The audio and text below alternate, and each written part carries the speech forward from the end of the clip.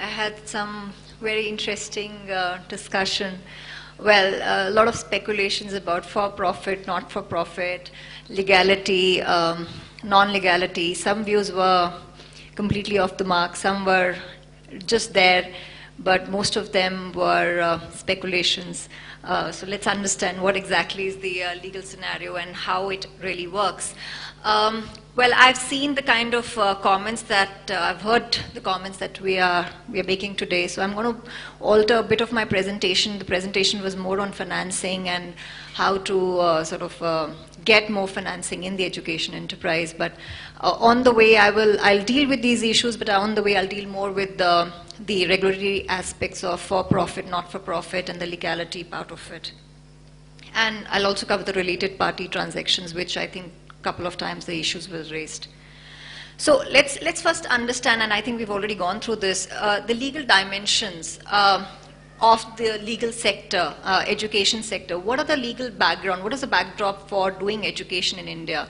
So as far as we are concerned, when it comes to informal sector, whether it is preschool or pedagogy development or teacher training, content development or tutorial or coaching classes, most of the regulations do not apply. But large, as Melvin had said, large part of the education sector is for formal education, which is K-12 and higher education, and that's where the large part of the money in terms of generation of revenue is there. So we'll focus more on non-formal sector, and then probably if there are any questions from non-formal, then I'll be happy to deal with it.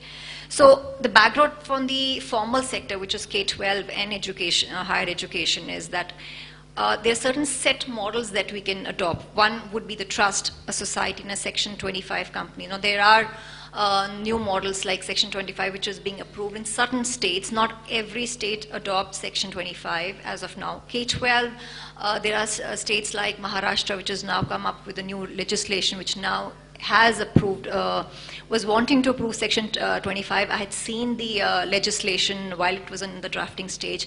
Just before it was passed, Section 25 was dropped. So there is a mix of states where Section 25 is allowed and not allowed.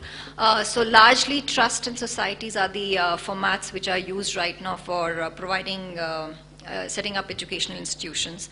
Now, the threadbare understanding of Section 25, or it's a trust or societies, they cannot be a proprietary entity. So there was some discussion of Mr. and Mrs. Melvin being there on the same. So what happens is you have to give in a certification and an affidavit that this is not for profit entity A, and it doesn't have the nature of being family-related trust. That's the theoretical part of it. The real part of it, all trust in India, whether it is a Section 25 company or a society or a trust, they're all family-held trusts. Now, this way or that way, there are Mr. and Mrs. Melvins there. So,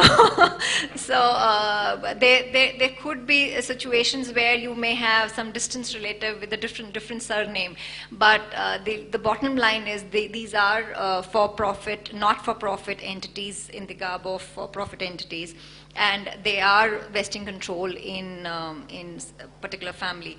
But the rule of the law is that you cannot have family-oriented trust and societies running Section 20, running educational institutions, and you cannot be earning profits. Now, that's a very interesting backdrop.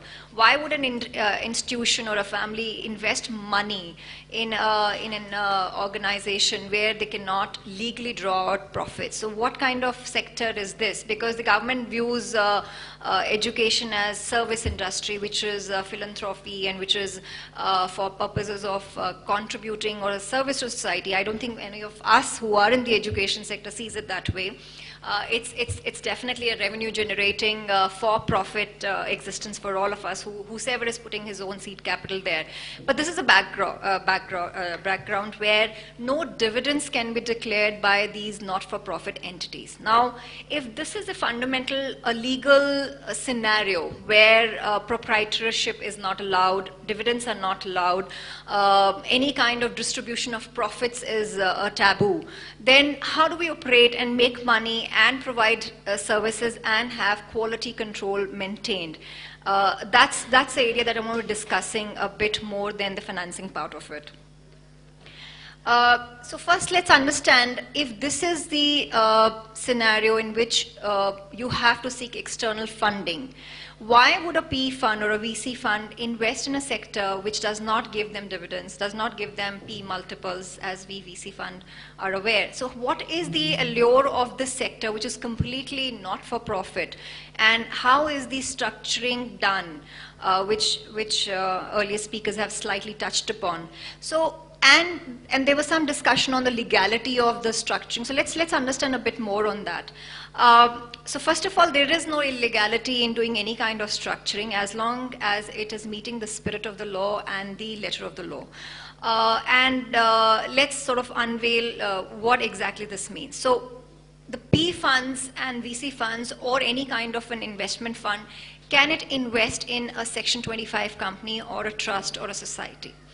The answer to a trust and society purely is no. They cannot be holding any kind of shareholding, because this trust or society does not have any shareholding pattern. And the trustees and the member are anyway holding their responsibility in the fiduciary duty of being trustees and members for the well-being and development of that institution. They're not there to reap dividends. So technically, PE fund or an investor per se is not interested in being on the board of a trust or a society, because there is no revenue into it. But technically, the all revenue is there, and how do they manage it? So first of all, the structure of two-tier structure is adopted, where services entities are created. Investments are brought into the services entity.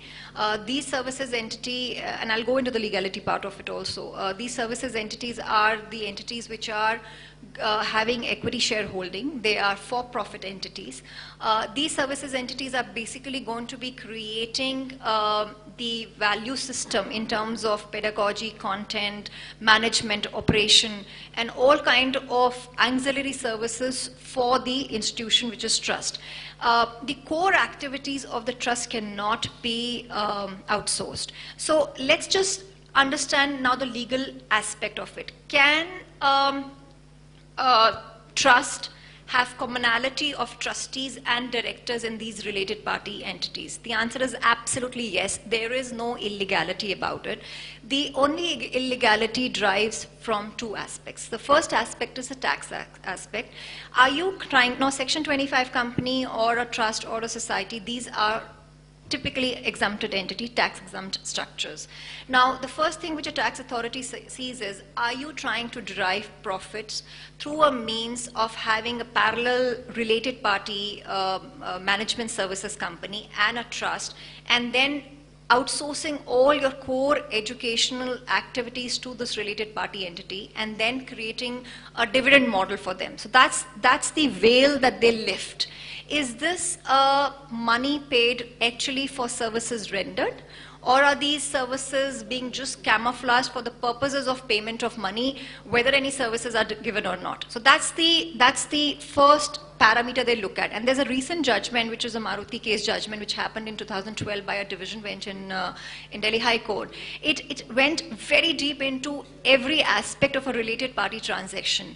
And the bottom line of that judgment was that there is nothing illegal in having a related party company providing services to its own trust or society. At the same time, rationality of services fee paid has to be maintained.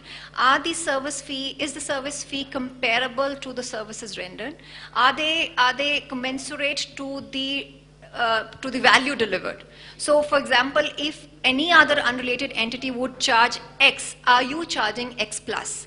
That X plus is something which is a dividend distribution mechanism for you. Other than that, if you are creating value for the trust, that is a legal structure. Second aspect is from an education point of view. This is a tax aspect. Second aspect is now whether it is CBSE or state laws or any kind of affiliation laws. The fundamental bottom line of every law is that the core management of the school or a higher institution has to be vested within the four corners of the trust.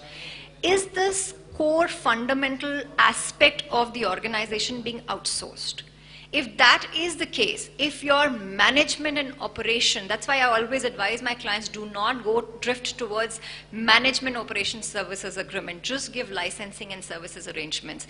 If the thrust of the arrangement is outsourcing of the very existence and running of the school to a third-party entity, you are bordering towards non-compliance with law, because the purpose of the education laws is that every core activity has to be managed by a management committee of the institution. And if you're outsourcing everything out to a third-party entity, then you are violating the very, not only letter, but also the spirit of law. So that is as long as these two fundamentals are maintained, you can have similar directors, similar trustees, you can have as much as of closeness in terms of related party transactions you can have, provided the commensurate part of the service fee and the fundamentals of the services received are maintained. So this is a very, very important aspect. After 1, 2, 3 years of operation, I think the line, the division between the trust and the services company starts to dim, and that's where the problem starts, because suddenly you realize that the management services companies are the ones running the trust and the schools, and that's where the problem arises. So therefore, one needs to be a little more focused when we are providing services. Where are we going in terms of delivery? The other model is having real estate companies being funded by private equity funds and VC funds, so that the asset light model is adopted. Asset light model basically keeps the capital requirement of the trust very thin and low, and it is the real estate companies which are actually funding the infrastructure development projects, and private equity funds can legally invest into these entities. How do the private equity funds have control over the trust where the revenue generation activity is? They have their nominees on the board of trustee, they have their affirmative voting rights, they have long-term lifetime memberships given to these nominee trustees, and they also have succession rights. Now, is the foreign direct investment allowed in Section 25 companies or a trust or a society? The answer is vis-a-vis the trust and societies, the FDI is barred. You cannot have foreign investors coming, whether it's a service providing company or any other company coming into and investing to a Section 25, into a trust or society. Section 25 companies can receive foreign investments for education, but they will not be allowed to distribute dividends. But the investment companies, when it comes to services company, which are services and operating companies with providing services, infrastructure companies, they can all have FDI from abroad. Is early stage investment a good option? Now, this is a bit of a digression from the financing model. We all talk about, getting VC funding or a PE funding or a third-party investor into our early stage enterprises. And I have met so many entrepreneurs who keep asking the same question, that is it a good idea to get VC funding in the start of the project? It's better to have debt funding initially rather than having a third-party investment into the company. Well, if you're looking at setting up a company, setting up your own school or a higher education institution, and you're looking at getting third-party investment through VC funding through related party companies, there are certain nuances, there are certain setbacks you will have to accept to receive the funding. The first is that there is hardly any enterprise valuation to such an entity. So if you are intending to set up your own institution in the beginning, and you're seeking a large part of the funding from an outsider, you have to pay the price for it. Because there is no enterprise valuation to your institution. Your business plan is an idea, and people don't invest in idea unless they take a big pound of it. So part of the entire kitty. So what happens is, since your enterprise valuation is so low, the idea is still not implemented, or it is still pre-profit, pre-revenue stage, you end up giving a large part of the stake to the VC fund. In addition, you end up also giving substantial rights than what you would have given if you were 3 years or 4 years or 5 years of company, because your bargaining power is rather low, because you want to set up the institution and you don't have the fund. Whether it could be a formal education or non-formal activity, in both situations, if you are receiving funding into a sector which is still at the idea stage, you will end up giving much more than what you would have given if the enterprise is 2 years or 3 years into the in the financial terms. Then you also, if the entrepreneur gets the equity in the first stage, the checks and balance, the control also increases. The entrepreneur is there who is more focused in developing the business, but once you have a VC fund or a third-party investor, he needs his Excel sheets, he needs his monthly reviews. So your focus is more in compliance rather than growing the fund, which you need the expansion. For the expansion, you need the capital, but then it also holds you back in terms of flexibility. So what is a good option if you are the initial startup? If you're an initial startup, the option, probably debt financing is a better option. If you are looking at growth stage, expansion stage model, and that point of time, I think VC fund or a PE fund is a good option. If that is not something that you're looking at, debt financing is scary and VC funding is hard to find. There's still very few VC funds and angel investors who are willing to just fund an idea rather than a pre-profit company. There are other models available in the market. Some of the models are providing management services model. Now this basically is where you do not set up your own school.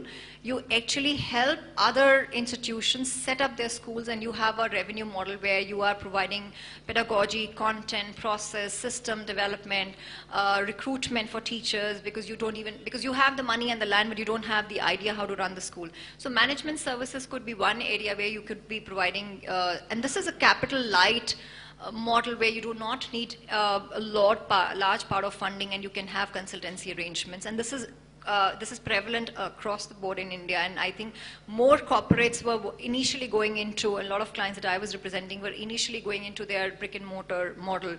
But as I see over the last 6 years, even the bigger corporates are going towards asset light management services arrangement rather than setting up their own schools. The other option which is available in the market is brand licensing, which is if you have a good brand which is from the past, the family brand or other institution that you've run, and you are simply not giving any management services, but you're licensing your brand and you're providing the other institution to run the schools under your brand, which is also a revenue generating model. Franchising model is more for informal sector. It doesn't work very well in the formal sector, because for that you have to have a good brand. You have to have successful institutions that you've run in the past to do the franchising. For example, Vasant Valley, Don Bosco, or for that matter, Shri Ram. Now they have joined up hands with Educom Solution, and they are trying to do a franchising model. But these are brands which are established. What if you are in an informal sector and you are doing vocational training, you are into coaching or tutorials or content development, or most important, preschools? The franchising model is something which is low cap, doesn't require much funding, and once your basic initial model is ready, which is not requiring a lot of seed capital, once it is successfully run at 1 or 2 centers, then you can escalate and you move this up towards a chain across India through a franchising model, which is where large companies like Eurokids, or whether it is Z, KidZ, several other preschool brands have grown from 5 or 6 self-owned centers to 700 plus preschools across India. The other collaboration model which is available in the country is related to joining hands with the real estate developers. Again, I think I dwelt upon that briefly before, which is you tie up with the real estate developers who actually fund the school, and you are the trust running the school. You probably would be required to bring in some OPEX for running the teacher's salary and other operational expenses, but the large part of the capital is coming through the real estate developer. Now, I would be happy to take all kind of questions related to related parties or legality part of it. I am not going into it because I know there are a lot of people who may have some questions related to that.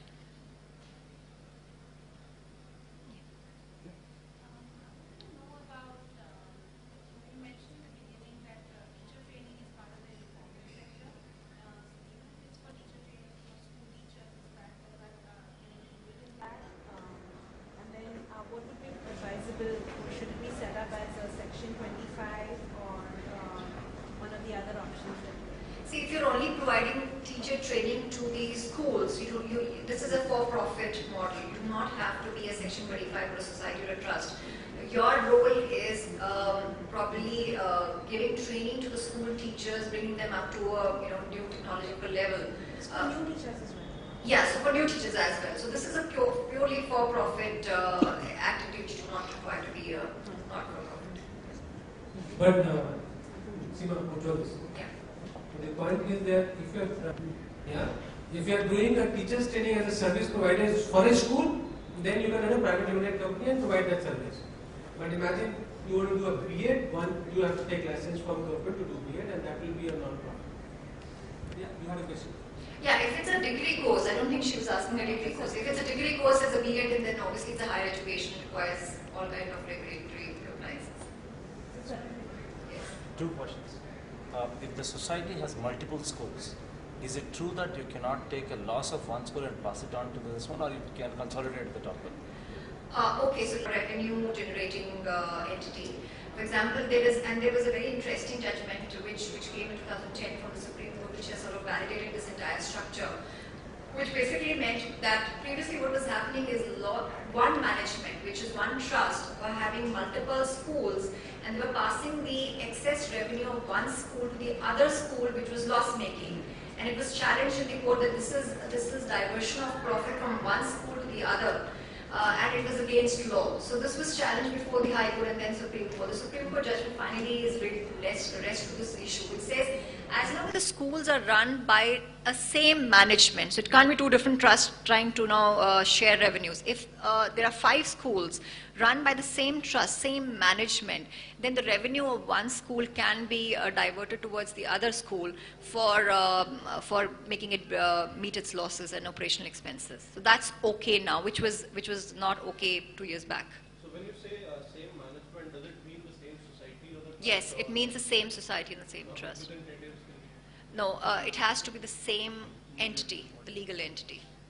That can also be, say, the same society runs a school, a college, medical college, etc. So they can do it in between that also. No, it is between school to school. So if you are having 5 entities, one of them is a college and 3 of them are schools and 2 of them are colleges. So it is between these 3 schools that you can interchange in terms of, but the balance sheets are going to be separate, No, not between the college and the school. no. If you have a structure of, so I'm just referring. I met KPMG guys. We were talking to them.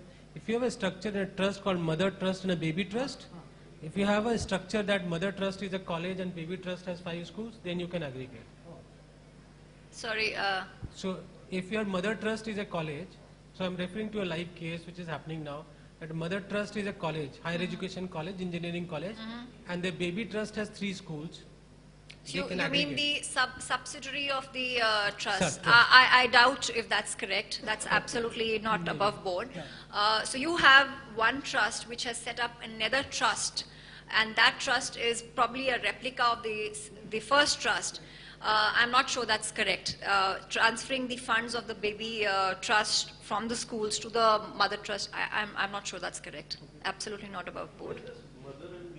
See, it's a subsidiary parent relationship that you're talking about. So if No, they're legal. They're really legal. Now, they're legal and you can set it up. No, how do you set it up? Depends on, there one basic thing which Seema shared. I think one basic thing is that the service provided between the mother trust and baby trust should be equivalent to the market rate. If that is so, you can do any kind of a transaction between the trusts. yeah, service arrangement, there's no issue. But just to explain what this means is, it basically, see, when it comes to a for-profit entity, so a parent company can invest into the equity capital of the subsidiary company and then sort of call this as a subsidiary. What happens in a trust in a society? It doesn't work there. You can't have. So you have group associate trusts. So if there are 2 trustees in the first trust, either these 2 trustees replicate themselves on the board of the second trust with their associated trust, or the first trust, which is, let's say, Bharatiya Vidya Trust, it becomes the settler and the trustee for the second trust. So in that sense, the second trust is coming out of the first trust. Well, that's what it in a legal terms means. If we have the same trust, it's not a baby trust, but the same trust running the college and As of now, only school to school is allowed. School to another college is not. In fact, the question was the Delhi government was not even accepting school to school transfer. In fact, both my sons are studying in St. Columbus. So the Columbus itself received a notice from CBSE that why their registration and affiliation should not be cancelled, and even the state government issued them a notice because they have like 7-8 different Columban offsprings across the country and abroad. So they were transferring the Delhi Columbus revenues to Siliguri Columbus.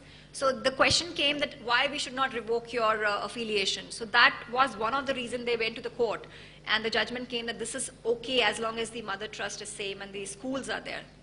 So only the schools are allowed as of now. You talked about VC funding and the private equity. How does it fit into the scenario when we have a lot of cases coming out regarding fixing of the fees in the schools, and the government fixes the fees, or parents go and get a stay order on the fixation or increase on the fees? See, first of all, the interesting part is how has government understood fee fixation and how schools have interpreted that. Government's point of view is that the fee fixation has to commensurate with the facilities provided. There is no mapping. So most of the schools and most of the government entities, they believe that there is some particular fee number that we can charge. It's not correct. You have a public school which may be charging 5,000 annum, and there could be a public school charging 5 lakh an annum. So how is that possible in the same regime?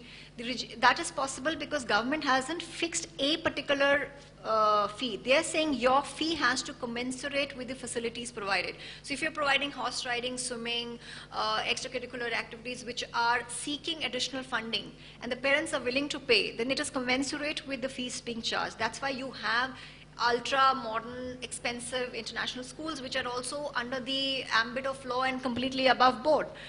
So that was one. Then there was a 6-pay commission regulation which came in, where now because of that situation, the government allowed 500 rupees to be the fee for being charged for every child. Now what happens is that as per Delhi laws and most of the other states, you have to submit your fee schedule at the beginning of the calendar of the academic year, and it is not an approval process that the government actually sits down and look at your fee schedule. They actually see, okay, if it is commensurating with what you're charging, then that's like signed upon. It's like an intimation process, but the bottom line is you cannot increase that fee during the course of the academic year. So when that fees was increased, the 6-pay commission was implemented, the government in the middle of the academic session, somewhere in September, they allowed 500 rupees excess being charged during the academic session. And that's where lots of parents, lot of schools as they increased much more than what was being implemented, and that's why they went to the court. I'm talking about a case, actually, I'm from Odisha, and there was still a case which is going on against the DAV school groups, and High Court, the Odisha High Court has ruled that for the last 3 years they're not able to increase the fees. They're not able to increase the fees, not for this 6-pay commission. It's just the parents, they don't want to pay the fees. They feel that it's more. But then if this kind of restriction on the income of the entity is there in trust in education, it is not there in other informal education. Well, it's not only in Orissa, there are several cases being filed across India against the fee fixation. In fact, I don't know if you've followed this, in Andhra Pradesh, a new judgment has come which says that why only 25% is being reserved for RTE children. The entire 100% should be free. Let the school work with the committee has been established. Let the school institution work with the state government. Figure out how up to class 8 the entire education be made free. And this is a proposal of a High Court of the state. So how is an institution supposed to work if up to 8th class they're not supposed to charge any fee? And they said, oh, go back to the government, seek some fees from the government, which we all know what it would be, and have a business model only based on the 9th to 12th. So this is a judgment coming out, and this is one instance. There are several other cases lying across the country about fee fixation.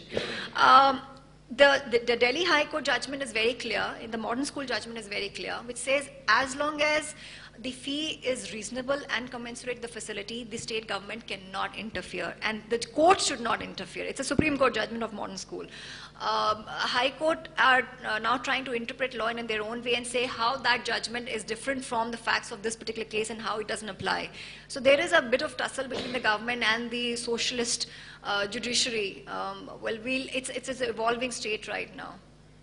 Great. How do you define that? What is commensurate with what you charge? Well, that's your convincing power to the state state government officials. barrier for VC funding, and because they would be wary of all this. We'll discuss this offline, Seema. We are running out of time. Sure. Thank you so much.